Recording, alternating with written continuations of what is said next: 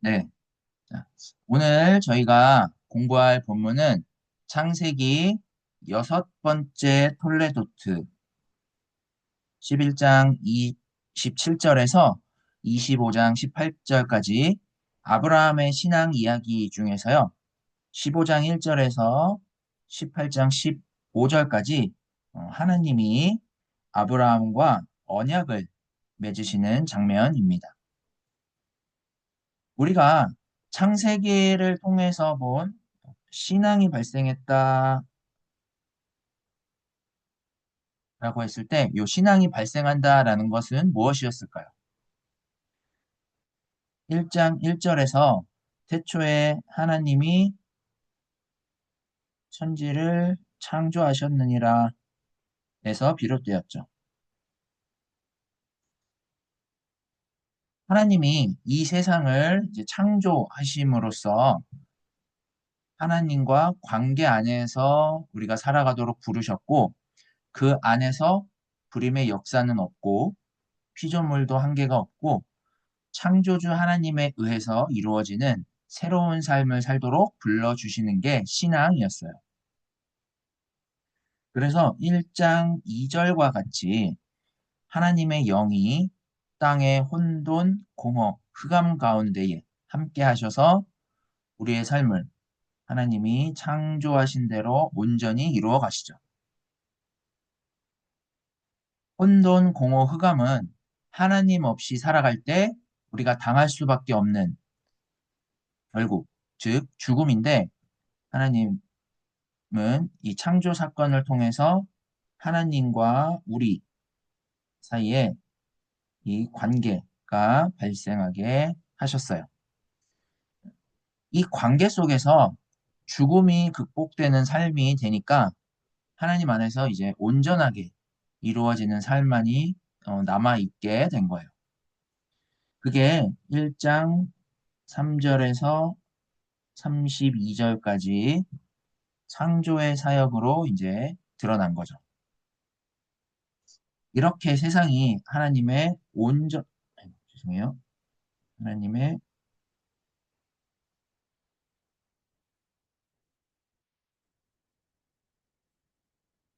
하나님의 온전한 창조,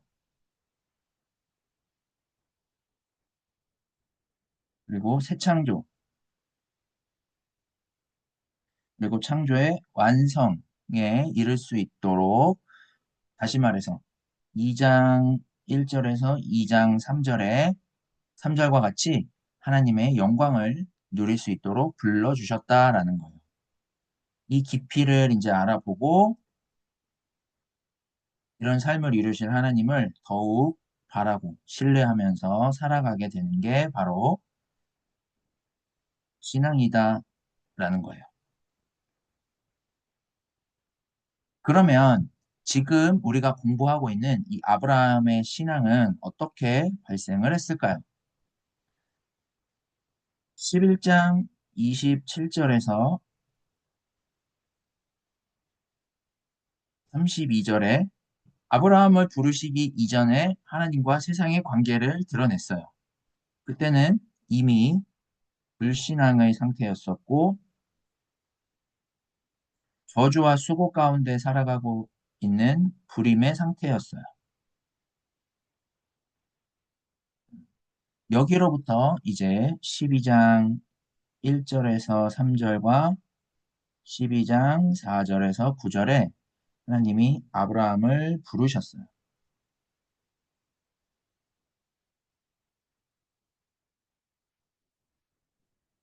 하나님이 아브라함을 부르셨을 때 하나님이 아브라함에게 일방적으로 말씀을 하셨고 모든 민족이 아브라함과 그 후손을 통해서 아브라함처럼 복에 이르게 하시겠다라고 새로운 미래에 대한 약속을 하셨어요. 이런 미래의 새로운 가능성의 근거에서 아브라함이 순종하고 응답한 게 바로 아브라함의 신앙 이야기예요.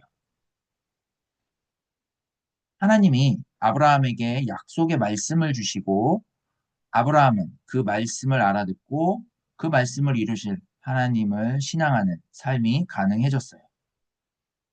이런 원리에 따라 하나님께서 아브라함을 부르셨고 그 약속은 모든 민족이 아브라함과 그의 후손을 통해서 아브라함처럼 복에 이르도록 하시겠다라는 거였죠. 근데 아브라함은 약속의 땅에서 하나님의 약속에 참여하지 못하고 현실적인 문제에 근거를 해서 행동을 했어요. 12장 10절에서 20절에 기근이 왔을 때 하나님의 약속을 저버리고 자신에게 익숙한 방식으로 이 기근의 문제를 해결을 하고자 생존하고자 애굽으로 내려갔어요. 그런데 13장 1절에서 18절에는 소유가 많아서 조카 롯과의 어떤 다툼이 일어나니까 서로 나누어지기로 하는데 조카 롯에게 선택의 우선권을 주면서 양보하는 그런 모범적인 신앙의 태도를 취했어요. 그리고 14장 1절에서 24절에는 전쟁의 상황에서 승리를 한 후에 전쟁 승리에 복을 내려놓고 그가 알고 있는 하나님에 의한 복을 선택을 하고자 했어요. 이런 기근, 소유, 전쟁과 같이 세상의 현실에서 벌어지고 있는 일들 앞에서 아브라함이 불신앙의 모습을 보이든 모범적인 신앙 태도를 취하든 이것으로 이 신앙이 성립이 되는 게 아니었어요. 신앙의 성립은 하나님의 말씀에 있었고 우리가 이 약속의 말씀을 붙드는 데에서 성립이 되는데 우리는 이 약속의 말씀에 붙들려 있지 못하죠. 그래서 신앙이 어떻게 가능한지를 늘 오해를 해요. 그렇기 때문에 이 세상 안에서 이루어지는 기근, 소유, 전쟁과 같은 우리의 생존과 관련된 문제 앞에서 우리가 어떤 방식으로 삶을 택하고 하나님으로부터 도움을 받을 것인가를 늘 오해하게 되는 거예요. 그래서 우리에게 15장과 같은 말씀이 이제 주어지게 되었다라고 할 수가 있어요. 그러면 우리가 이제 공부할 15장의 이 말씀을 보면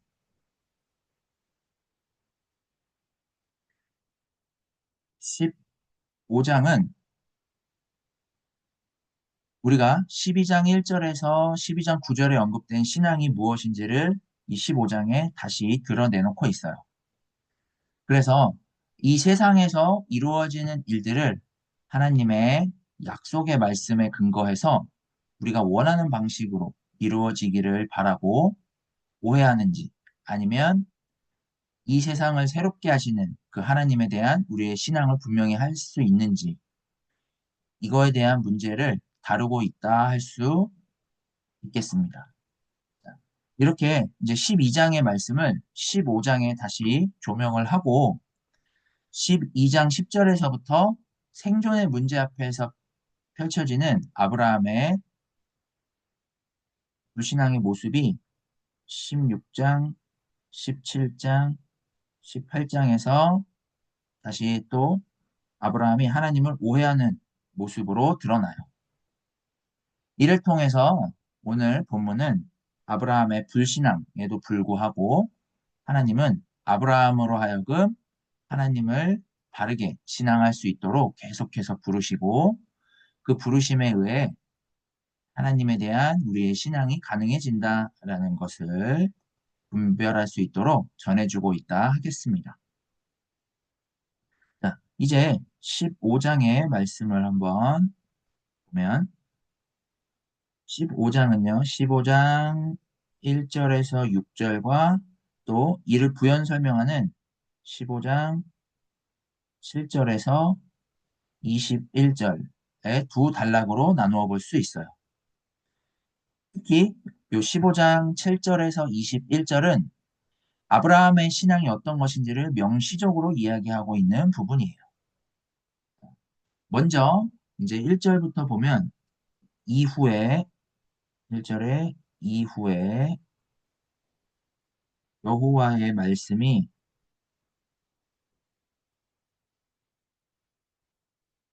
환상 중에 아브라함에게 임하여 이르시되 아브라함아 두려워하지 말라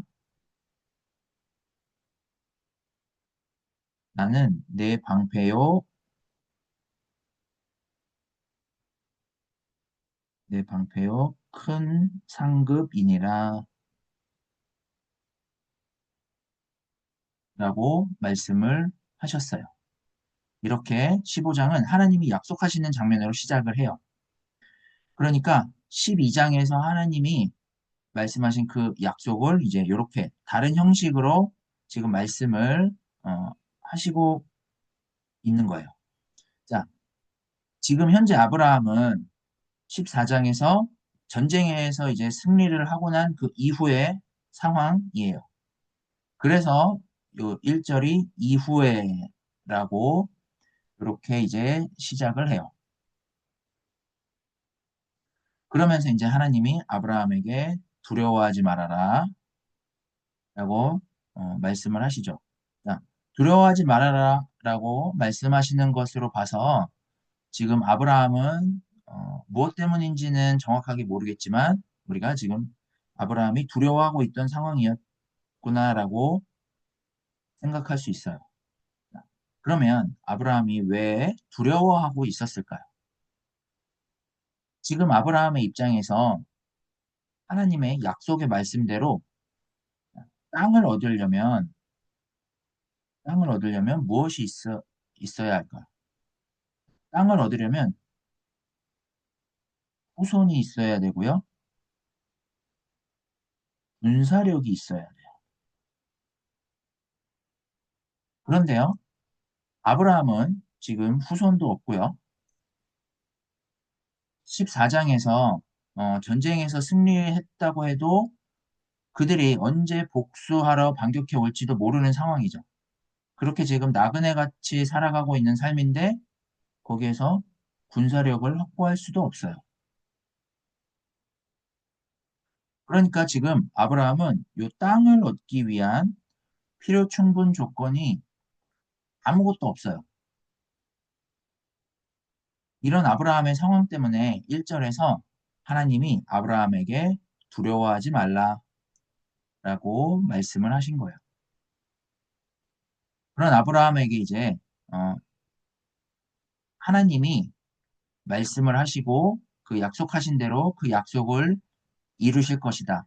하나님이 그 신실하심으로 친히 보증하시고 이루실 분이다. 하나님 당신 자신이 그것을 하실 것이다. 라는 것을 이제 내 방패와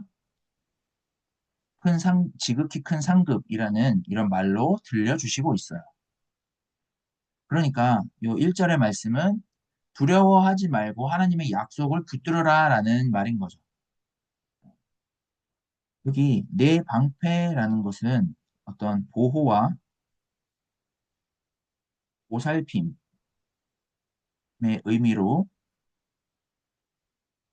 아브라함이 처해 있는 불임이라는 현실이 있지만 그럼에도 하나님은 결국에 창조의 의도대로 이루기까지 방패가 되어 주신다라는 걸 의미를 해요. 그리고 또 여기에 상급은 자, 상급은 마땅히 받아야 되는 게 아니죠. 뭐 전쟁과 같이 어떠한 것에 대해서 치열하게 싸우거나 노력을 해서 받아내는 표창과 같은 게 바로 이 상급인 거예요. 그러니까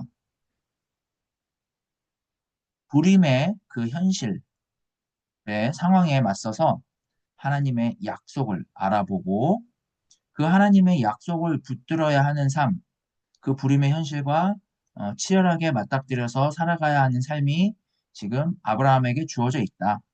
그러니 하나님의 약속으로 인한 소망을 갖고 살 수 있도록 큰 상급이라는 말로 이제 말씀을 해주신 거예요. 자, 이렇게 이제 하나님이 말씀하셨는데 아브라함은 과연 어떻게 반응을 할까요?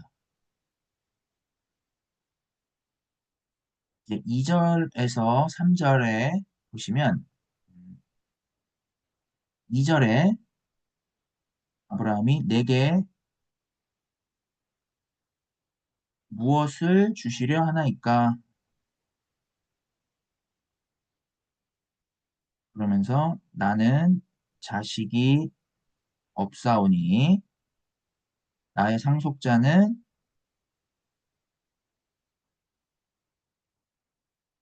다메섹 사람 엘리에셀 이니이다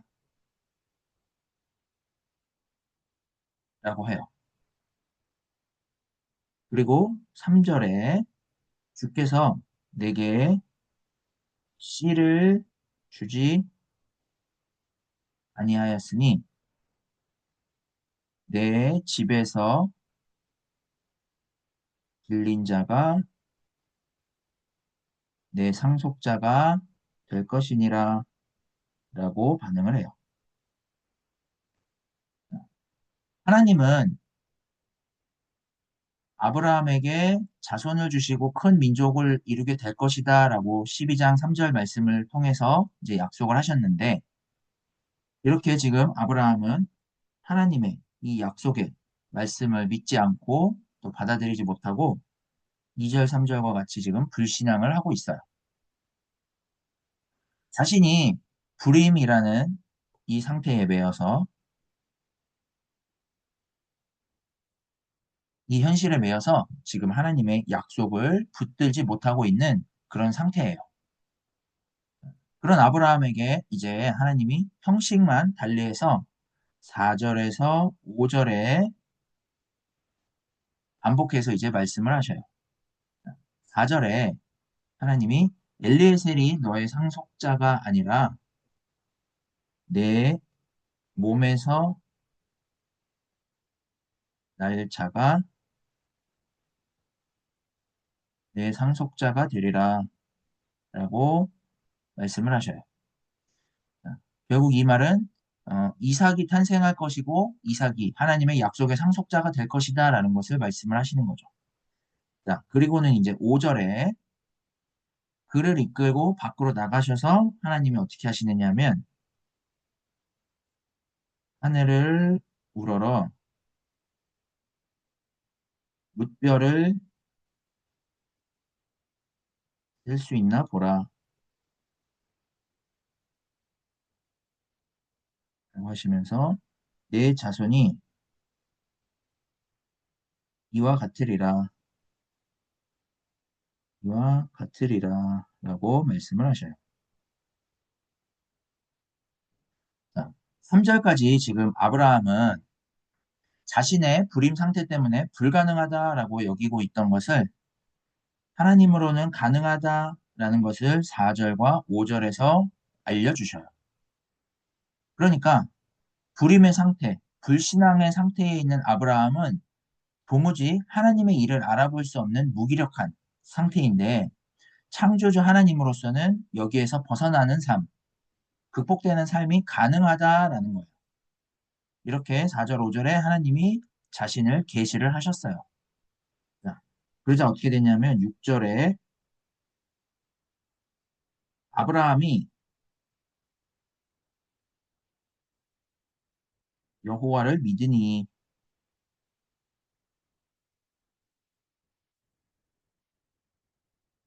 의 상태가 되었고 또 여호와께서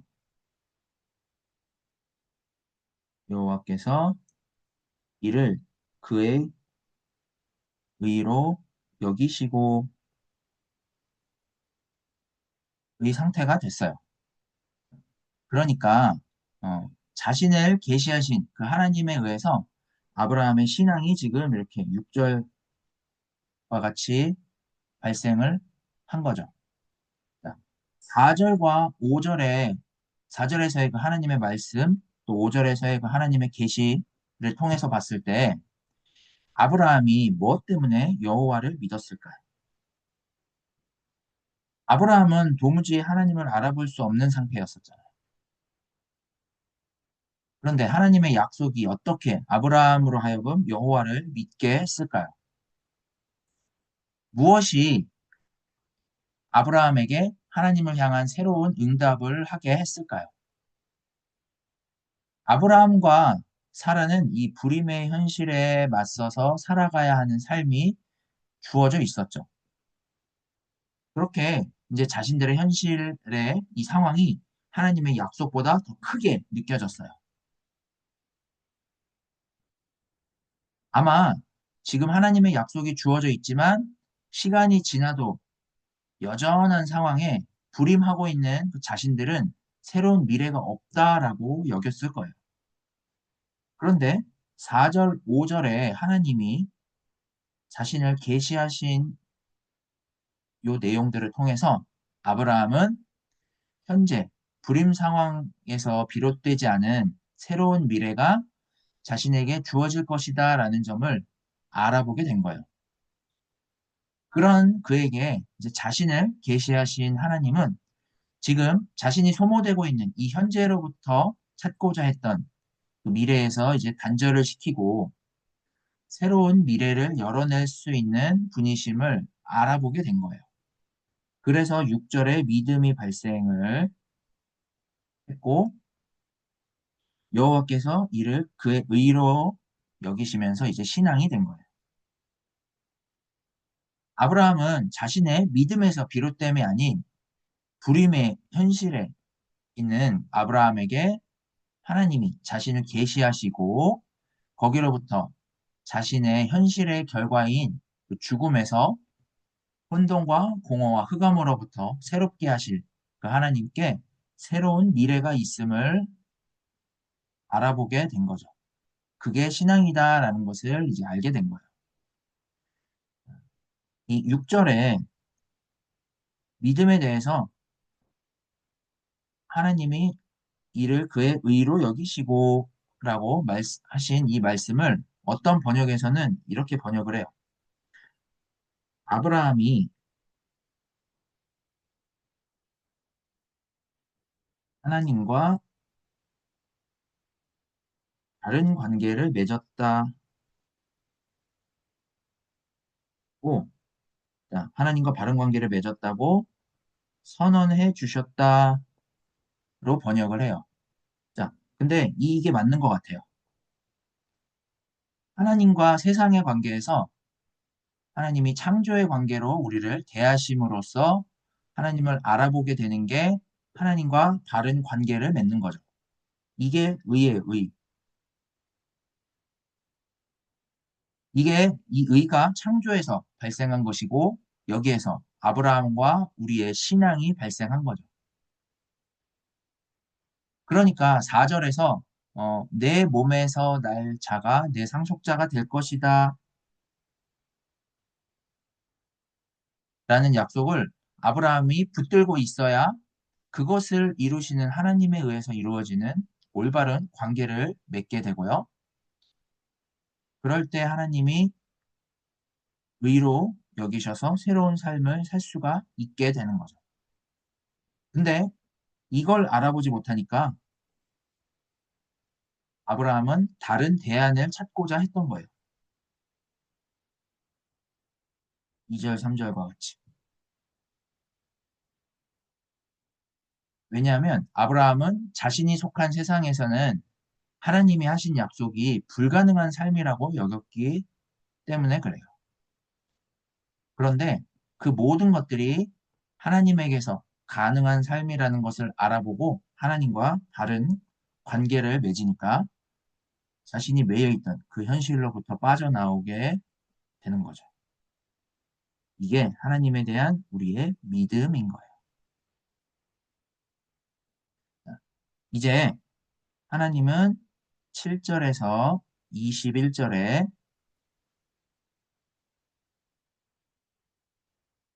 이스라엘 백성들이 하나님 앞에 제사를 드렸던 요 행위를 가지고 하나님에 대한 신앙이 어떠한 것인지를 해명을 해요. 7절에 이 땅을 내게 주어 소유를 삼게 하려고 너를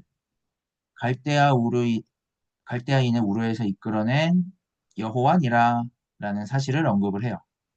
자, 이렇게 하나님이 다시 한번 자신을 알리시고 다시 한번 하나님의 약속을 확인을 시켜 주셨는데 아브라함은 의문을 가져요.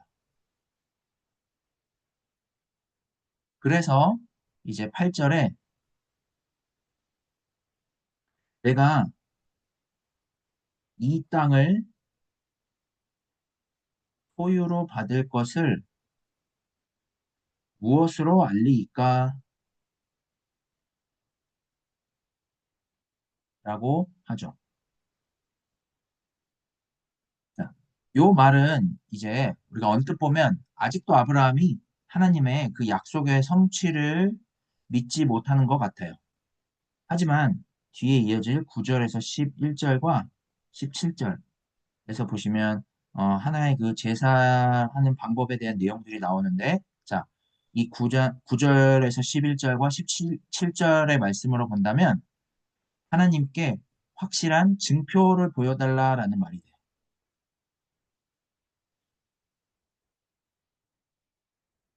그러니까 지금 아브라함은 하나님의 이 말씀이 하나님께서 반드시 그렇게 하실 것이다라는 것에서 비롯된 어떤 이적과 증표를 구하고 있는 게 바로 8절과 같은 이 말씀인 거예요. 자, 그래서 이제 하나님이 그 증표를 9절에서 11절에 제사의 행위를 가지고 보여주셔요. 이들의 이 제사 행위는 어, 고대 근동에서 일반적으로 행해지던 어떤 보편적인 관습이죠. 자, 여기에서 보여진 그 제사의 모습들은 동물들 몇을 잡아서 둘로 쪼개고 그리고 서로 마주보게 두 줄로 놓은 뒤에 뭐 언약하는 사람이 그 사이를 지나가는 이런 의식을 하는 내용들이 나와요. 자, 이런 내용들은 이 생명을 담보로 해서 성실히 그 언약을 지키겠다라는 것을 의미를 해요. 그리고 이들의 그 제사 내용 중에 당사자가 함께 이제 지나는 것은 이 언약을 이행하는 데 있어서 두 사람 모두가 함께 협력을 하겠다라는 것을 의미했어요. 그러니까 아브라함이 8절과 같이 하나님께 언약의 보증을 요구를 하니까 하나님께서는 당시 일반화된 그 관습에 따라서 손수 보증해 주신 내용이 바로 9절에서 11절이라고 할 수가 있어요. 그 가운데 이제 12절에 아브라함이 어떤 초자연적인 수면 상태에 들어가게 하시고 그때 아브라함에게 흑암과 두려움이 임하였대요. 이런 수면 상태에서 임하는 흑암과 두려움은 아브라함이 어떻게 할 수 없는 것들이잖아요. 자, 그런 일들이 이제 13절에서 16절에 예고가 돼요. 그 일들이 어떤 일이냐? 애굽에서 아브라함의 후손들이 당하게 될 일들에 대해서 이제 암시를 해요. 그 후손들이 포로로 끌려갔다가 4대 만에 400년 만에 이 땅으로 돌아온다라는 거죠. 자, 그 말은 뭘까요? 아브라함에게 이 언약을 보증을 하시는데요. 언약을 보증을 하시는데 보증을 하지만 아직 이 땅을 얻을 때가 되지는 않았다. 그러니까 400년 후에야 얻게 될 것이다라는 거예요. 즉 하나님 약속은 때가 되면 이루어질 것인데 그걸 이루실 하나님을 신앙을 함으로써 하나님의 약속이 당장 이루어지지 않더라도 그 약속 안에서 살아가게 함으로써 하나님의 약속이 이미 이루어진 것과 같은 그 하나님의 구원의 능력 안에 살아가게 된다라는 것을 말해요. 그러니까 이렇게 하나님의 백성을 통해 선취적으로 먼저 이루어진 것 같이 생각하는 거죠. 자, 선취적으로 하나님의 약속이 이루어지는 이 은혜 가운데 살아가게 하신 것이 신앙이다라는 것을 이야기하는 거예요. 그래서 이제 15장의 결론으로 18절에서 21절에 여호와께서 아브라함과 더불어서 언약을 세우셔요.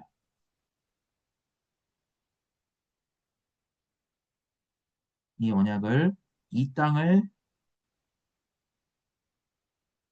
주겠다라고 하시면서 이제 땅의 경계들을 말씀을 하시죠. 어디서부터 어느 땅까지 이렇게 말씀을 하세요.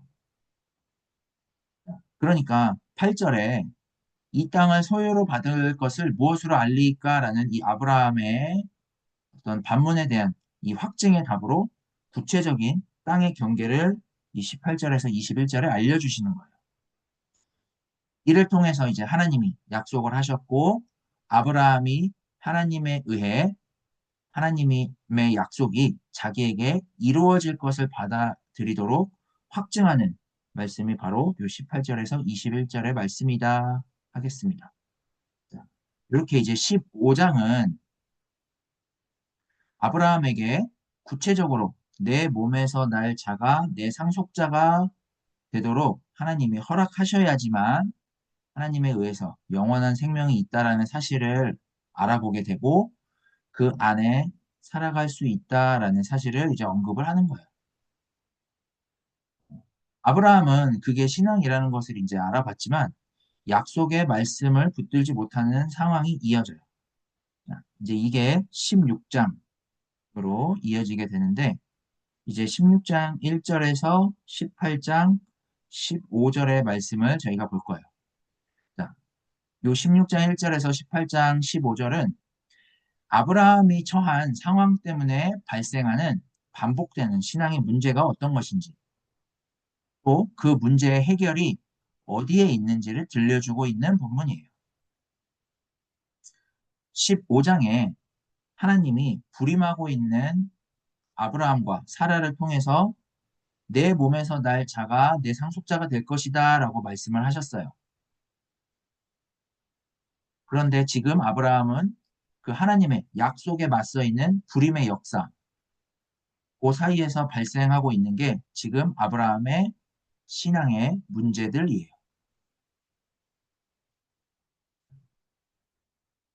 그렇다면 이제 우리의 신앙을 보시면 우리의 문제도 바로 여기에 놓여 있어요. 하나님이 우리에게 예수를 통해서 영생이라는 삶을 주시겠다라고 하셨지만 우리가 속한 삶은 여전히 유한하고 또 죽음 아래에 놓여 있어요. 여기로부터 생기는 어떤 신앙의 오해, 무지가 우리의 현실을 직시하지 못하게 하고 그러다 보니 우리의 신앙을 가능하게 한 그 하나님 말씀에 전적으로 의존하지 못하고 하나님의 말씀에 전적으로 의존하지 못함으로 인해서 하나님의 약속을 떠나 하나님을 신앙한다고 하면서도 또 하나님의 약속을 바란다고 하면서도 우리는 전혀 소망이 없는 방식으로 살아가는 삶이 돼요. 이런 신앙의 문제의 해결책은 우리가 속한 세상에 익숙함을 내려놓는 거예요. 내려놓는 거. 하나님의 약속의 말씀에 의해서 우리가 속한 세상이 결코 안전하지 않고 죽음과 함께 파괴된다라는 사실을 알고 하나님 안에서 이루어지는 그 삶만이 우리의 진짜 현실이다라는 것을 알아보고 집중하는 거예요. 그럴 때 우리는 하나님의 약속이 어떤 것인지 분명하게 알아보게 되는 거예요. 그렇게 이제 하나님에 의해서 보증되어지는 어떤 신실함, 그리고 하나님의 약속이 갖고 있는 불가해함. 그러니까 불가해함이라는 건 우리가 어떤 이해할 수 없는 방식이라는 거죠. 그리고 인간적이지 않은 이것들을 알아보고 이제 여기에 집중을 할 때 하나님의 약속으로 인한 소망이 가장 궁극적인 우리의 현실이다라는 사실을 보증을 받으면서 살아가게 되는 거예요. 이게 바로 하나님에 대한 우리의 신앙이라고 할 수가 있어요. 이게 바로 아브라함이 받아들인 하나님의 약속이고 그 약속을 이루실 하나님을 신앙하는 거예요. 아브라함도 우리와 마찬가지로 자신이 맞서 있는 그 불임의 역사에서 발생하는 신앙의 문제들을 해결하기 위해서는 세상의 익숙함을 내려놔야 돼요. 그리고 하나님의 약속을 붙들고 자신의 신앙을 발생하게 하는 그 약속에 집중을 해야 되는 거예요. 그렇다면 이제 아브라함은 과연 그의 신앙을 어떻게 유지할 것인가라는 문제 앞에 놓이게 되는 거예요. 그런데 아브라함은 불임의 역사 안에서 하나님의 약속에 집중을 하지 못하고 하나님의 약속을 받아들이지 못한 채 그가 속해 있는 세상과 현실에 집중한 나머지, 그러니까 불임의 현실에 집중한 나머지 그 현실을 다른 방식으로 해결하려고 하는 인간적인 대안이 펼쳐져요. 그게 16장 1절에서 18장 15절까지 아브라함이 하갈을 들여서 이스마엘을 낳고 이스마엘을 상속자로 삼으려고 하는 이런 일들이 이런 방식으로 이제 펼쳐져요. 어, 왜 아브라함은 하나님이 행하실 그 하나님의 약속이 갖고 있는 소망 가운데서 하나님의 약속을 바라지 못하고 이렇게 하갈을 들여서 이스마엘을 낳는 방식으로 하나님의 약속을 이루려고 했을까요?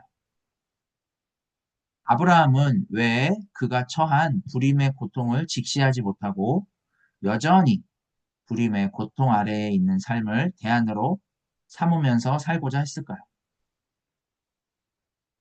아브라함은 그가 속한 세상과의 관계 속에서 자신의 신앙을 가능하게 하신 사건에 근거하지 않고 오로지 자신이 속한 세상에 근거해서 바라다 보니까 이렇게 하갈을 들여서 이스마엘을 낳는 방식으로 진행이 되는 거예요. 이 가운데 하나님이 아브라함을 부르셔서 하나님이 약속이 갖고 있는 그런 일들이 어떤 것인지를 다시 한번 드러내고 있는 본문이다 할 수 있겠습니다.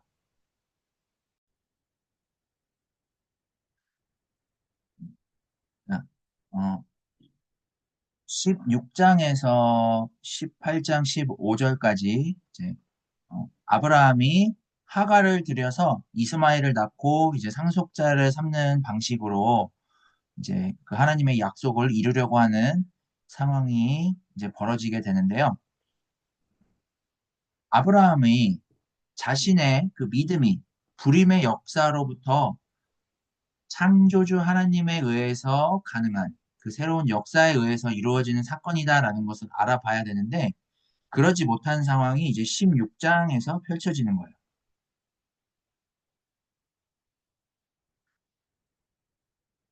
그러니까 믿음으로 의롭게 하셨다라는 사건이 주어져서 하나님의 약속을 아브라함이 바랄 수 있게 되었는데도요. 자, 16장 1절에 아브라함의 아내는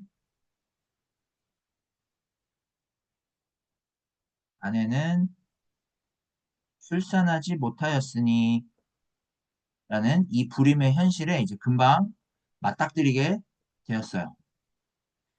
여기에 모든 초점이 맞추어져서 일들이 벌어지게 돼요. 그러면서 이제 2절에서 6절에 인간적인 대안을 마련을 하게 되는 일들이 벌어지죠. 하나님의 약속이 이루어지는 것은 하나님의 불가해한 방식, 그러니까 우리로서는 온전히 이해할 수 없는 방식이죠. 우리가 어떻게 할 수 없는 방식으로 일하신다는 그 사실에 집중해야 되는데 그렇지 못하고 그가 할 수 있는 가능성에 놓여 있는 게 이제부터 펼쳐지는 요 사건들 속에 놓여 있다라고 보시면 되겠습니다. 자, 그러면 1절에 이제 아브라함의 아내가 출산하지 못하는 요런 상태에 있는데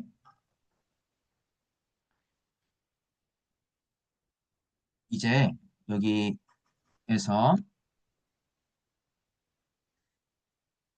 요 상황에서 여종이 하나 있었다라고 이야기를 하고요. 그 여종의 이름이 하갈이죠.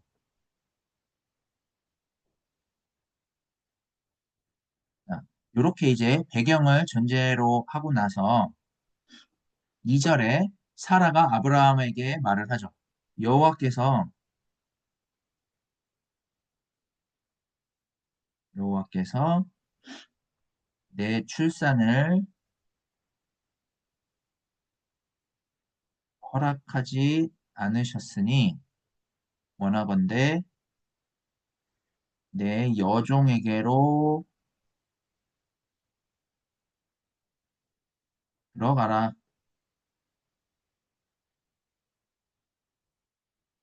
혹 그로 말미암아 자녀를 얻을까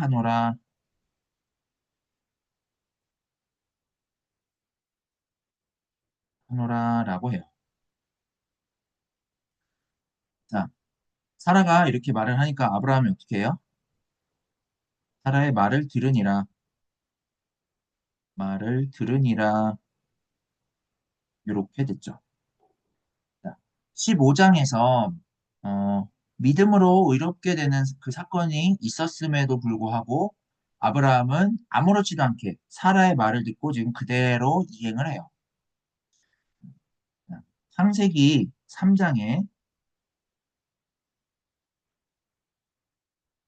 하나님이 세상과 인간을 창조하시고 아담을 에덴 동산에 이끌어 두시고 경작하고 지키게 하시면서 하나님 보시기 좋은 삶을 살게 하셨어요. 그런 아담에게 에덴 동산에 있는 모든 것은 임의로 먹되 선악을 알게 하는 나무의 열매는 먹지 말라고 하셨었는데 아담은 하와가 선악과의 열매를 줬을 때 아무렇지도 않게 그것을 먹고 하나님이 보시기 좋은 삶이 아닌 자기가 보기에 좋은 삶을 살아가게 됐죠. 지금 아브라함이 하고자 하는 게 이와 같은 거예요. 아브라함은 이렇게 인간적인 대안을 취해요. 그래서 이제 3절에 아브라함의 아내 사레가 그 여종 애굽 사람 하가를 데려다가 그 남편 아브라함에게 아브라함에게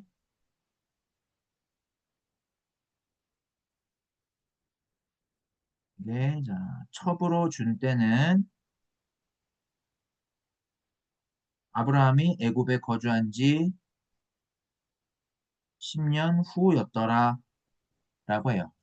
자, 10년 후처럼 이렇게 여전히 약속이 지연이 되고 있는 게 아브라함에게는 문제였어요.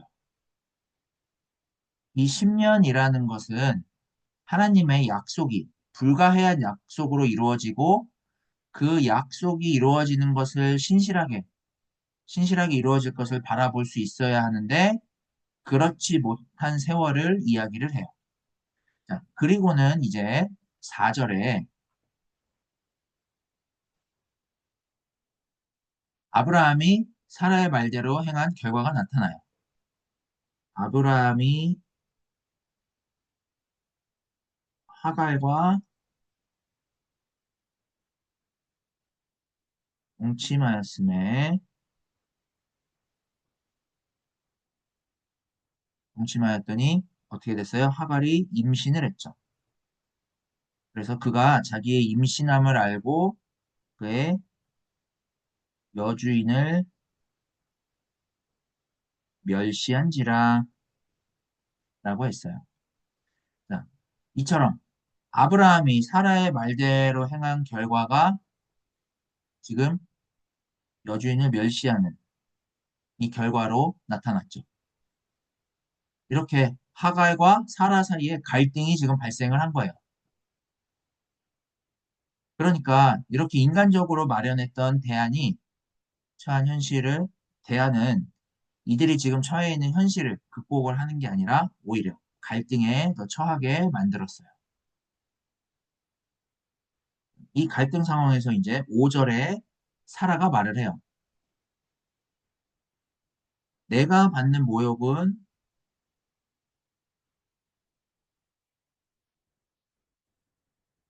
당신이 받아야 옳도다. 내가 여종을 당신의 품에 두었거늘 그가 자기의 임신함을 알고 나를 멸시하니 당신과 나 사이에서, 당신과 나 사이에서 여호와께서 판단하시기를 원하노라 라고 했어요. 자, 지금의 갈등이 벌어진 것은 사라와 아브라함이 대안으로 택했던 이 하갈을 통해서 이스마엘을 상속자로 삼으려고 했던 일 때문인데, 그렇게 자신이 선택한 삶에서의 옳고 그름을 여호와께서 판단하시기를 원한다 라고 하면서 여전히 하나님의 약속과 무관하게 지금 하나님을 신앙을 해요. 그렇게 하나님이 보시기에 좋은 삶이 어떤 것인지를 자신이 선택한 삶을 통해서 지금 보증을 받으려고 하고 있는 거예요. 자, 이런 사라의 말에 이제 6절에 아브라함은 이렇게 이야기를 해요. 당신의 여종은 당신의 수중에 있으니 당신의 눈에 좋을 대로 그에게 행하라 라고 해요. 자, 아브라함하고 사라는 이미 자신들이 좋을 대로 지금 행했잖아요. 그랬는데 거기다가 또 좋을 대로 행하라 라고 해요. 그렇게 해서 이제 6절 후반절에 사례가 하가를 학대하고 하가를 학대하죠. 학대를 하고 이 학대한 것 때문에 하갈이 사례 앞에서 도망을 하게 돼요. 이처럼 아브라함이 속한 불임의 역사는 어떤 인간적인 대안을 마련을 했지만 그 대안은 오히려 갈등에 처하게 만들었고 갈등은 학대로 이어졌어요. 이 학대는 도망과 이제 소외로 이어지게 돼요. 이게 바로 인간의 역사란 말이에요. 인간과 인간의 관계, 인간과 세상의 관계는 늘 이런 식으로 벌어져요. 왜냐하면 우리에게는 모두가 새롭게 될 만한 미래에 대한 소망이 없고 생명에 대한 소망이 없기 때문에 그래요. 이렇게 우리는 우리에게 벌어지는 일들로 맞서서 그것으로 우리의 유익과 생명과 소망을 삼고자 하는 데서 갈등과 학대와 도망과 소외가 펼쳐지는데 이런 역사로부터 이제 하나님이 하시고자 하는 일이 7절에서 14절에 드러나요. 아브라함이 인간적인 대안으로 갈등의 역사, 불임의 역사를 극복을 하려고 하지만 또 갇힌 자신의 미래를 새롭게 하고자 하지만 새롭게 되기는커녕 오히려 더 갈등을 통한 학대와 도망과 같은 이런 약육 방식의 삶이 펼쳐졌는데 거기에 하나님이 개입하시는 게 바로 7절에서 14절이라고 할 수가 있어요. 자, 7절을 보겠습니다. 7절에 여호와의 사자가 광야의 샘물 곁 곧 술길 샘 곁에서 그를 만나셨고 자, 하갈을 이제 만나 주신 거죠. 그리고 이제 8절에 하갈에게 물으셔요. 내가 어디서 왔으며 어디로 가느냐? 자, 이렇게 물으시는 건 지금 하나님이 몰라서 물으시는 게 아니죠. 문제를 해결하기 위해서 물으시는 거예요. 자, 그러자 이제 하갈이 어떻게 대답을 하냐면 나는 내 여주인 사례를 피해서 도망하나이다 라고 대답해요. 자, 이에 대해서 이제 하나님은 하갈에게 9절에 내 여주인에게로 돌아가서 수하에 종하라고 하셨어요. 자, 왜요? 하나님이 사라와 아브라함을 통해서 새로운 미래를 여실 것이기 때문에 그래요. 갈등과 학대와 도망의 이 역사를 극복을 하고 새롭게 하시고자 하셨기 때문인 거예요. 만일에 이 여종 하갈이 사라에게로 돌아갔을 때 해코지를 당하거나 더 큰 고통을 당할 수도 있겠죠. 하지만 하나님이 아브라함 가정에 하신 약속은 이런 갈등과 학대와 소외와 고통도 극복하게 할 그런 새로운 가능성이다라는 사실을 하갈에게도 알려주시는 거예요. 이렇게 하나님의 약속을 알려주시고 하갈에게도 이제 축복의 약속을 해주세요. 10절에 내가 내 씨를 크게 번성하며 그 수가 많아 셀 수 없게 하리라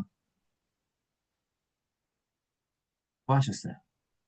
자, 이 말은 약속의 가정이든 아니든 이 세상은 여전히 창조주 하나님에 의해서 생육하고 번성하도록 보증된 세상이다라는 거예요. 자, 그리고는 이제 11절에 내가 임신하였은즉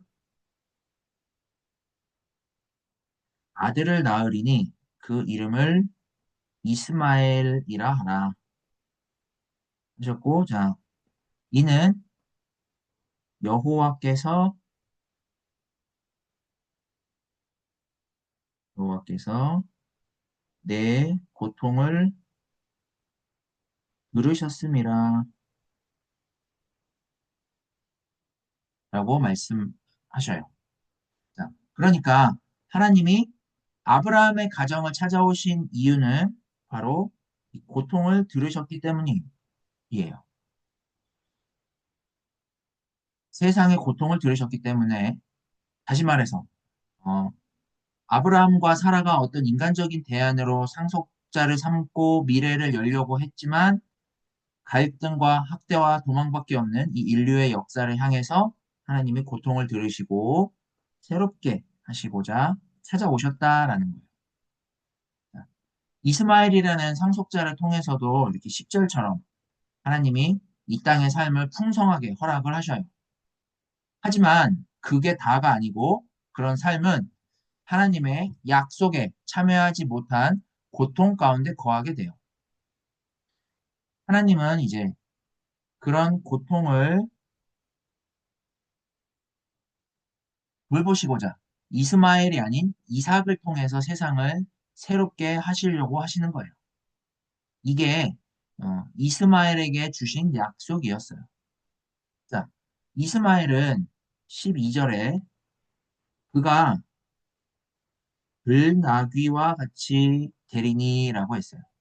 자, 이 들나귀라는 건 자기 힘에 의지하여 살아가는 사람들을 일컫는 말을 들나귀라고 해요.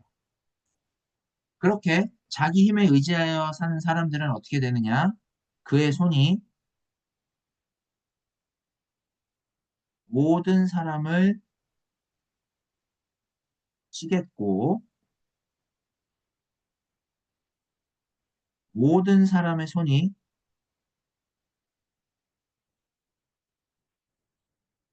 그를 칠지며 그가 모든 형제와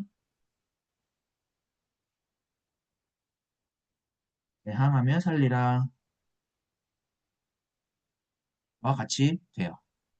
자, 즉 자기 손에 의지해서 갈등하며 살아가는 그런 삶이 이스마엘과 같이 이루어지는 상속자라는 거예요.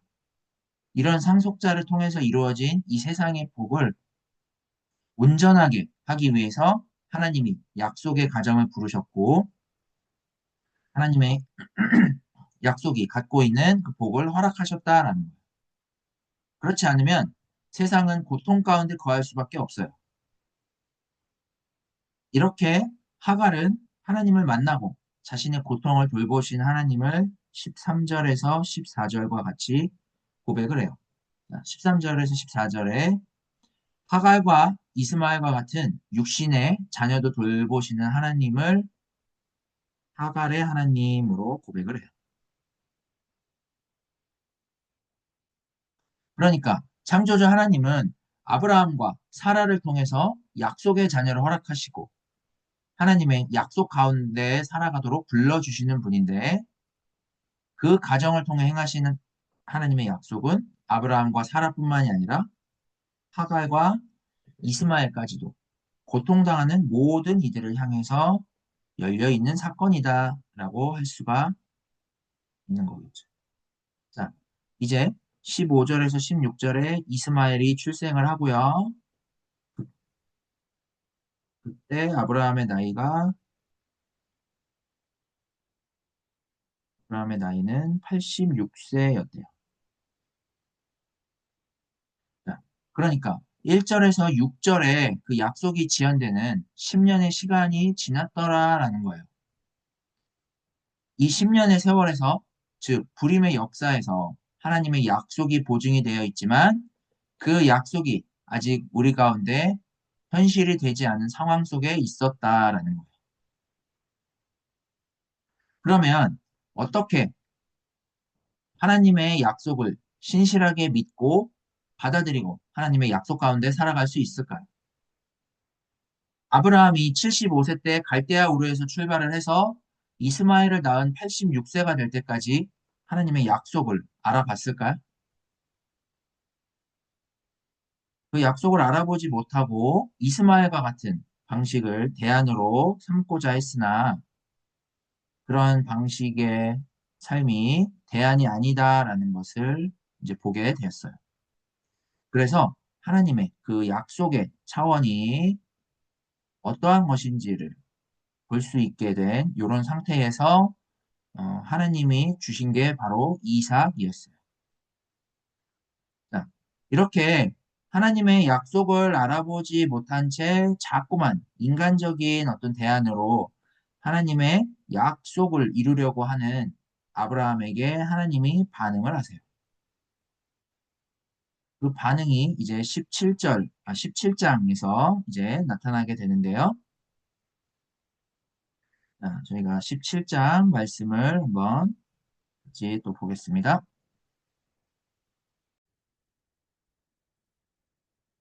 네. 자, 이제 17장 1절에 아브라함이 99세 때 하나님이 아브라함에게 나타나셔서 말씀을 하세요. 뭐라고 말씀하시냐면 나는 전능한 하나님이라고 자신을 이제 계시를 하셨어요. 자, 여기에 이제 전능하다라는 말을 우리는 어떤 폭력의 방식으로 생각을 해요. 뭐 복수를 하고 원수를 갚고 아니면 전능한 이 하나님으로 우리의 어떤 부정적인 것들을 해결을 하려고 하거나 우리가 원하는 것을 이루어주는 정도로 생각을 해요. 여기 전능하다라는 이 말은 피조 세계에서 작용하는 어떤 힘의 방식을 말하는 게 아니라 창조 안에서도 창조 안에서 하나님이 의도하신 대로 행하시는 것을 전능하다라고 말하는 거예요. 그러니까 인간이 어떤 상태에 있든지 관계없이 아브라함의 불신앙의 태도이든 신앙적 태도이든 관계없이 하나님은 아브라함을 통해서 말씀하신 대로 신실하게 일을 이루시는 분이다라는 것을 전능하다라는 말로 지금 드러내시는 거예요. 그러니까 전능이라는 것은 이 세상이 어떤 상태에 있더라도 아브라함이 하갈을 들여서 이스마엘을 낳는 이런 불신앙 가운데 있더라도 그래서 불임의 역사가 계속되더라도 하나님은 그런 아브라함을 그대로 받으셔서 창조를 통해 행하시고자 하는 그 하나님을 드러내시는 분이라는 사실을 이렇게 이제 전능한 하나님으로 언급하는 거예요. 하나님이 창조하신 그 의도대로 하나님은 변함없이 세상을 불러서 새롭게 하신다라는 것을 말하는 게 바로 전능한 하나님이다라고 할 수가 있어요. 16장에서처럼 이제 여전히 불신앙하고 있는 아브라함에게 전능한 하나님으로 자신을 알리시고는 이제 아브라함에게 요구하시는 게 있어요. 그게 뭐였냐면 이렇게 이야기를 하죠. 1절 후반절에 너는 내 앞에서 행하여 완전하라는 거예요. 자, 우리가 6장의 노아의 홍수 사건에서 노아를 당대 의인이요 완전한 자로 언급을 한 것을 봤어요. 당대 의인이요 완전한 자. 그죠?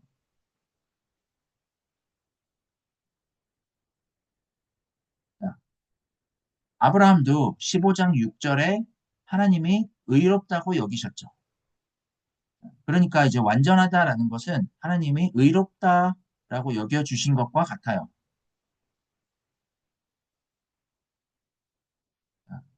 그러니까 의롭다, 완전하다라는 것은 하나님을 알아보고 하나님의 약속이 그 약속하신 하나님에 의해서 이루어지는 것이기 때문에 하나님이 아브라함에게 계시된 대로 아브라함이 하나님께 근거해라라고 지금 불러주시는 게 이렇게 내 앞에서 행하여 완전하라라고 불러주시는 거예요. 이것이 완전함이고 이것이 이제 의다라고 하나님이 이야기를 해주시는 거죠. 이렇게 하나님과 아브라함의 관계를 분명하게 알아보고 이제 하나님께 근거해서 하나님이 약속하신 일이 어떻게 아브라함에게 이루어지는 것인지를 바라보라라고 하는 게 바로 너는 내 앞에서 행하여 완전하라라는 말이에요. 그러니까 아브라함이 이 전능한 하나님을 알아봄으로써 하나님의 약속이 아브라함에게 이루어질 것을 바랄 수 있어야 된다라는 거예요. 자, 그러면 아브라함은 이걸 알아봤을까요? 자, 못 알아봤어요. 그래서 3절에서 8절까지 하나님이 말씀을 하시는 거예요. 여기에서 이제 4절에 어, 보라, 보라,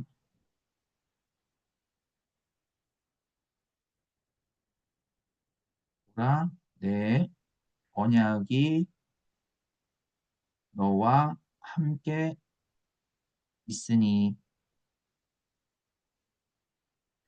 라고 하시면서 이제 5절에 아브람을 여러 민족의 아버지라는 의미의 아브라함이라고 할 것을 이제 말씀을 하시죠.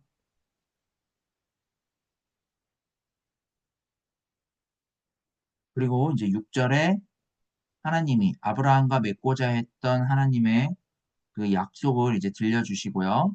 그리고 이제 7절에서 8절에 아브라함과 영원한 언약을 세울 것이라고 말씀을 하셔요. 그런 다음에 이제 하나님이 9절에서 14절에 하나님이 또 아브라함에게 이르시되 라고 말씀을 하셔요. 9절에서 14절에 이제 하나님은 아브라함의 후손들 중에서 남자들은 모두 할례를 받으라 라고 하시고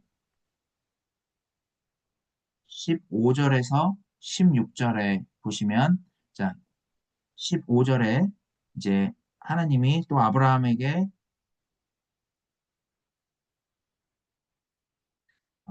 이르시되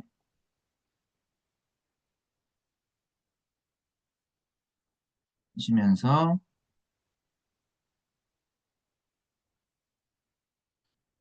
이제 사레의 이름을 또 사라로 바꿔주시는 요 내용들이 언급이 돼요. 자, 그러니까 여기는 1절에서부터 언급된 그 약속에 하나님이 누구이신지를 이렇게 드러내시고 하나님의 행하신 약속을 아브라함이 받아들이고 그 가운데 살아가도록 하시고자 여기에 또라는 요 말과 함께 하나님이 이르시되 라는 말을 통해서 지금 계속 거듭해서 말씀을 하셔요. 하나님이 이렇게 반복해서 말씀하시는 것은 아브라함에게 하나님의 약속의 말씀을 알아듣고 그 약속을 붙들어라 라는 의미가 되는 거겠죠. 우리가 어떤 말을 반복해서 강조할 때도 그렇잖아요. 그죠? 자, 그러면 아브라함은 그 약속을 붙들게 되었을까요? 자, 이제 17절에서 18절에 아브라함이 어떻게 반응을 했는지가 나와요. 아브라함은 여전히 불가능한 그 자신의 삶에 매달려 있어요. 자, 17절에 아브라함이 엎드려 속으로 웃으며 이렇게 이야기를 하죠. 100세 된 사람이 어찌 자식을 낳을까?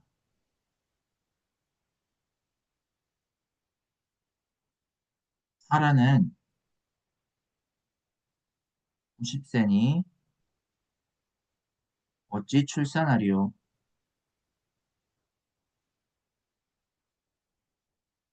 하면서 이제 18절에 이스마엘이나 하나님 앞에 살기를 원한다 라고 말해요. 자, 이렇게 지금 아브라함은 100세가 된 자신의 상태, 불임의 상태 때문에 더 이상 하나님의 말씀이 들리지가 않아요. 말씀하신 하나님이 누구인지를 알아봐야 되는데 그런 하나님을 자신의 이런 상태와 불임의 상태에 매여서 알아보려고 하지 않는 거죠. 이런 아브라함에게 이제 19절에서 21절에 하나님이 또 말씀을 하셔요. 자, 19절에 이제 하나님이 이삭을 주시겠다고 약속을 하시고 그 이삭과 이제 이삭이 영원한 언약이 되리라라고 말씀을 하셔요. 그리고 이제 20절에는 자, 이스마엘에게 또 이제 복을 주실 것인데 그 복이 뭐냐? 생육하고 번성하여 번성하고 자, 12두령을 낳을 것인데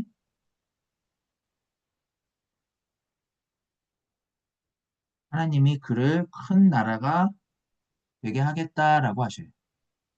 그러니까 이스마엘에게는 그냥 세상에서 복을 누리는 그런 형태의 삶이 될 텐데 이스마엘이 세상에서 이제 하나님이 하나님 되심을 통해서 이루어지는 복을 누리려면 이삭이 반드시 필요한 거예요. 이스마엘이 세상의 복을 누리는 삶과 이삭을 통해서 하나님이 행하시고자 하는 이 복이 서로 다르기에 21절에 이제 하나님이 하나님의 언약을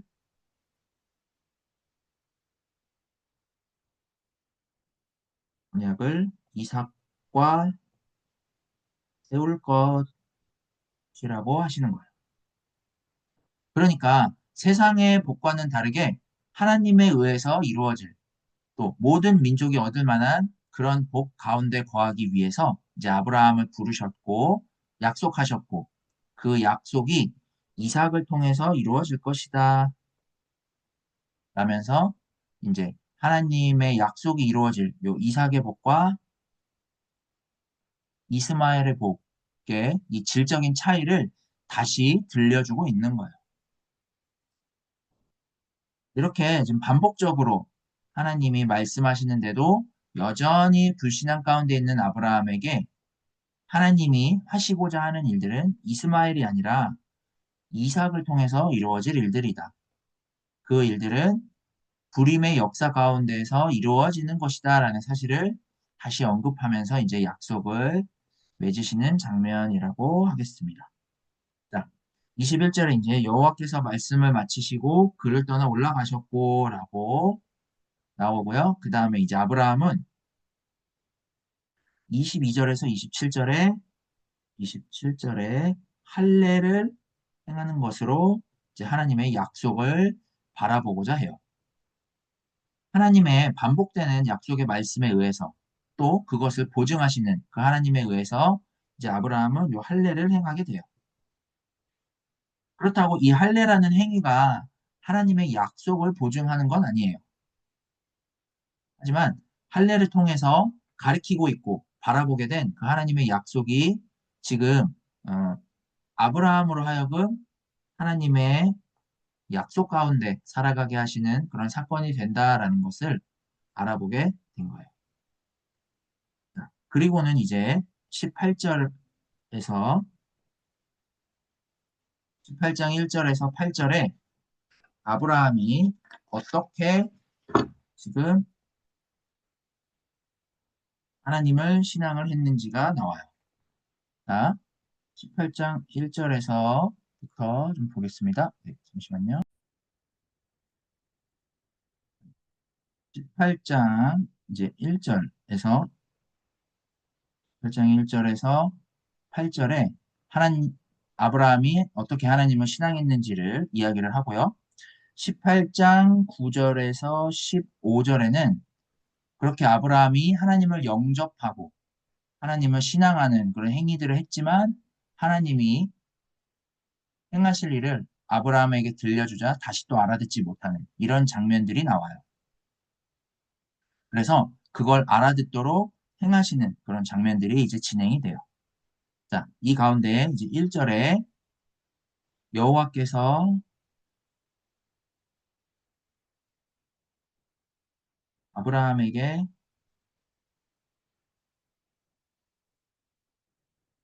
나타나심이라. 자, 이게 핵심이에요.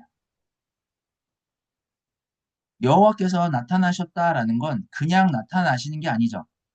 지금 아브라함은 불완전한 가운데 불임하고 있고 아브라함이 자신은 100세나 되었고 사라는 90세나 됐는데 어떻게 자녀를 낳을 수 있겠는가? 라고 반응을 했잖아요. 그러면서 그냥 이스마엘이나 하나님 앞에 살겠습니다. 라고 하면서 당장 눈앞에 있는 것으로 하나님의 약속을 이루려고 했어요. 자, 우리들도 똑같죠. 하나님이 예수를 통해서 우리에게 영생의 삶을 허락을 하셨음에도 우리는 그냥 죽어서 천국에 가겠습니다. 혹은 하나님 저에게 좋은 집이라도 주시면 내가 하나님을 잘 믿고 영생의 삶을 살겠습니다. 라고 해요. 이런 식으로 우리가 하나님과의 관계를 전혀 알아보지 못해요. 하나님, 나에게 이것을 주시면, 내 기도를 들어주시면, 내가 진짜 제대로 하나님을 믿겠습니다.처럼 이런 식으로 우리가 하나님을 신앙을 하려고 해요. 우리는 하나님을 도무지 알아보지 못하고 불임하고 있는 존재라는 것을 망각한 채 신앙을 우리의 방식으로 구하고 있어요.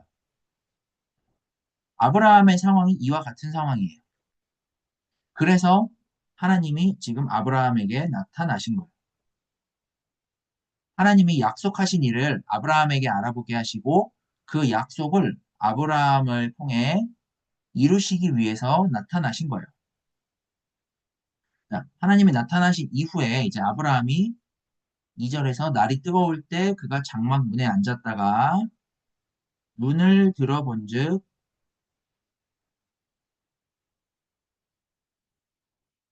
사람 셋이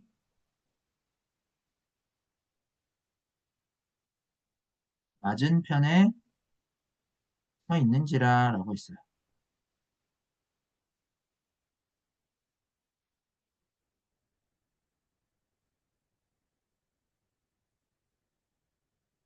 자, 아브라함은 이제 요 사람 셋을 영접을 했죠. 여기에 이제 하나님이 나타나심을 이렇게 사람 셋과 같은 이런 방식으로 이렇게 표현을 해요. 여기에 이제 사람 셋은 보통 어떤 증인의 수를 말할 때 사용이 되는 하나의 문학적 표현이에요. 자, 증인은 2명 이상이어야 되고 그 2명 이상이어야만 그 증언이 효력이 있고 확증을 하는 것이라고 여겼어요. 그랬던 그들의 이 사회법을 예시로 해서 아브라함이 하나님을 확실하게 경험했다라는 것을 말하기 위한 어떤 구약의 문학적 표현이라고 보시면 돼요. 그래서 사람을 셋이라고 표현을 한 거죠. 자, 이렇게 이제 아브라함이 하나님의 나타나심을 확실히 경험을 했고 3절에 사람들을 극진히 대접을 하는 아브라함의 신앙 행위가 나와요. 3절에 이제 아브라함이 종을 떠나 지나가지 마옵소서라고 하면서 이제 4절에 물을 조금 가져오게 하고 발을 씻고 나무 아래에서 쉬도록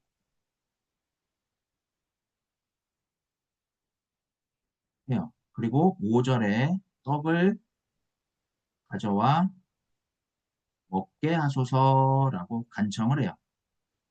그래서 이제 그들은 자, 내 말대로 그리하라라고 하죠. 내 말대로 그리하라라고 하고 이제 6절에서 8절에 아브라함이 말한 대로 행하는 장면들이 쭉 펼쳐져요. 자, 1절에서 이제 여호와께서 아브라함에게 나타나셨고 아브라함은 그 하나님은 극진히 대접하면서 적극적으로 신앙을 해요. 자, 그렇다면 아브라함은 하나님의 말씀을 온전히 알아듣고 있을까요? 우리도 신앙에 열심을 내죠. 지극정성으로 하나님을 섬기고 온갖 방식의 신앙 행위를 실천을 해요. 그렇다면 우리는 하나님 말씀을 알아듣고 있을까요? 아브라함도 그리고 우리도 하나님의 말씀을 못 알아듣고 있어요. 그래서 하나님이 아브라함에게 9절에서 15절과 같이 말씀을 하세요. 9절에 그들이 아브라함에게 이르되 내 아내가 어디에 있느냐라고 묻자 아브라함은 장막에 있나이다 라고 대답을 해요.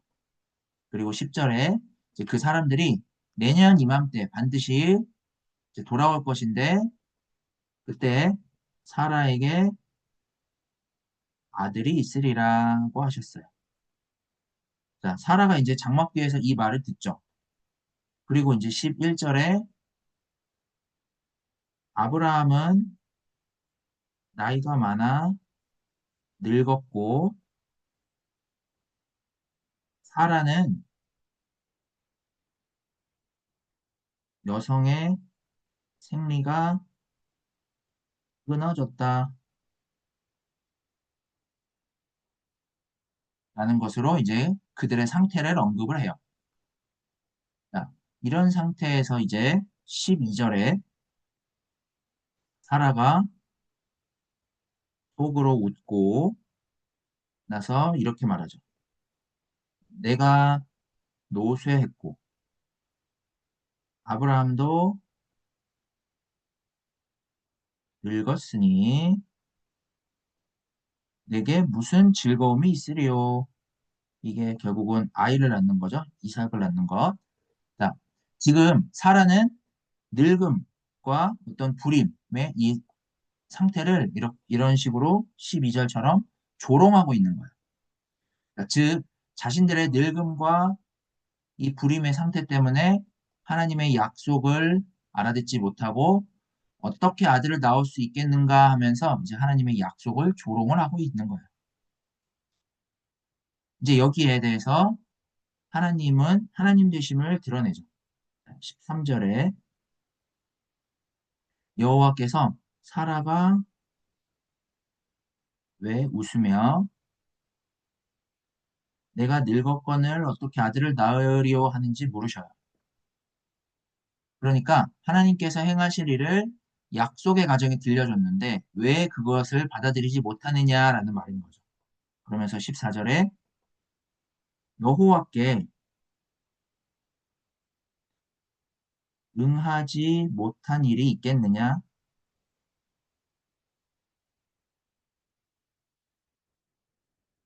하시면서 기한이 이를 때 돌아올 것이고 그때 사라에게 아들이 있으리라 고 말씀하셔요. 자, 여호와께 능하지 못한 일이 있겠느냐라는 것은 아브라함에게 약속하신 그 하나님이 누구인지 그 하나님 되심을 알아보는 것을 말하죠. 그래서 그 하나님이 누구인지를 알게 하신다라는 거예요. 이렇게 아브라함은 이삭을 약속하신 하나님이 누구인지를 알아봄으로써 이 이후에 이제 세상을 새롭게 바라보는 그 신앙의 자리로 들어가게 돼요. 아브라함의 신앙 이야기가 이렇게 흘러간다 하겠습니다. 자, 이제 1절에서 8절과 9절에서 15절은 아브라함이 신앙의 세계로 들어가는데 신앙의 세계로 들어가는데 신앙의 세계라는 것은 하나님을 알아봄으로써 하나님에 의해서 이루어지는 삶, 이것을 바라보게 되는 거예요. 자, 이게 어떻게 가능할까요? 신앙이 뭔지를 알아보고 신앙이 가능한 자리에 섰을 때 가능해져요. 그러니까 오늘 본문은 이 아브라함의 신앙 이야기를 통해서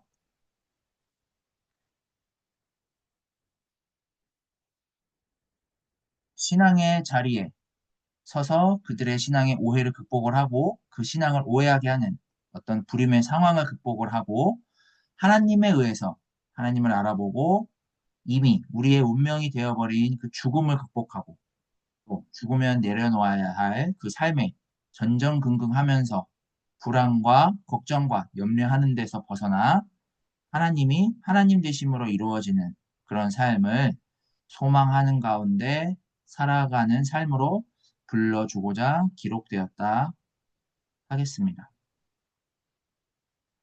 자, 16장, 17장, 18장에서 아브라함이 하나님에 의해서 이루어지는 새로운 삶을 살도록 이삭을 주시겠다라고 약속을 주시고 그 약속 안에서 살아가도록 불러주셨죠. 그런데 왜 아브라함은 하나님의 약속을 알아보지 못하고 자신은 늙어서 불가능하다와 같은 어떤 허무주의로 또 하가를 들여서 이스마엘을 낳는 방식으로만 대처하려고 했을까요? 그랬던 아브라함이 어떻게 하나님의 약속을 알아듣고 그 약속 가운데 거할 수 있도록 부르실까요? 그것은 바로 여호와께 능하지 못한 일이 있겠느냐라고 말씀하신 그 약속하신 하나님이 누구이신지를 바라봐야 되는 거예요.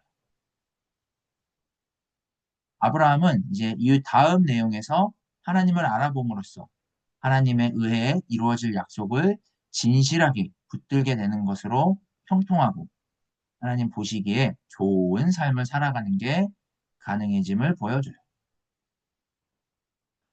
우리도 동일하게 하나님을 알아보고 하나님에 의해서 이루어질 약속들을 진실하게 붙들게 될 때 우리가 세상의 방식으로 형통하고자 또 불임의 형식으로 삶을 대처하고자 갖가지 신앙 행위를 하던 데에서 벗어나 이 세상 안에서 가장 형통한 그런 삶을 살아가는 방법은 이 창조 안에서 하나님 보시기에 좋은 삶을 살아가는 삶이다. 그러니까 이 하나님의 약속을 알아보고 이것을 붙들고 살아가는 그 삶이다라는 것을 오늘 본문이 우리에게 알려주고 있다 하겠습니다.